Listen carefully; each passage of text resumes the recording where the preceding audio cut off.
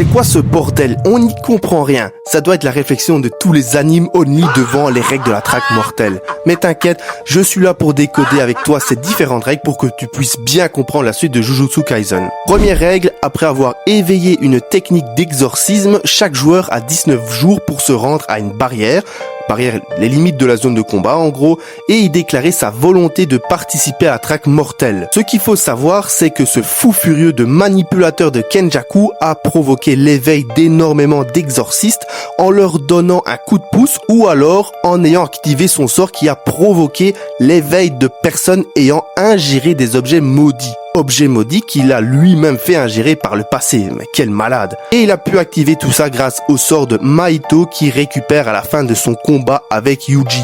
Deuxième règle, tout joueur ayant enfreint la règle précédente se verra privé de sa technique d'exorcisme, et si tu es privé de ta technique qui est étroitement liée au cerveau, tu meurs tout simplement.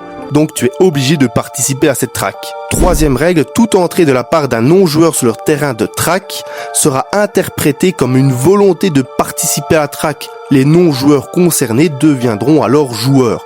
Quatrième règle, des points seront octroyés aux joueurs, autant la vie à d'autres joueurs. Cinquième règle, les points octroyés lors d'une élimination sont déterminés par le maître du jeu et donnent une indication de la valeur du joueur éliminé de manière générale. Un exorciste vaut 5 points et un non-exorciste vaut 1 point. Et le maître du jeu, c'est la petite bestiole qui suit tout le monde qui vole, là c'est Kogane. Sixième règle, sans prendre en compte la valeur du joueur, même chaque joueur ayant accumulé 100 points gagne le droit de négocier avec le maître du jeu pour ajouter une règle à celle déjà établie. Septième règle, à moins que la règle proposée n'ait un effet prononcé et pérenne sur le bon déroulement du jeu, le maître du jeu est tenu d'accepter les règles proposées par le joueur ayant gagné ce droit. La septième règle est très importante car c'est celle qui va permettre aux joueurs d'ajouter des règles comme par exemple la règle qui permet d'échanger des points. Ainsi, un joueur ayant tué plusieurs autres joueurs peut donner des points à un joueur qui ne veut pas tuer. Huitième règle, tout joueur n'accumulant pas de points pendant une durée de 19 jours se verra privé de sa technique d'exorcisme.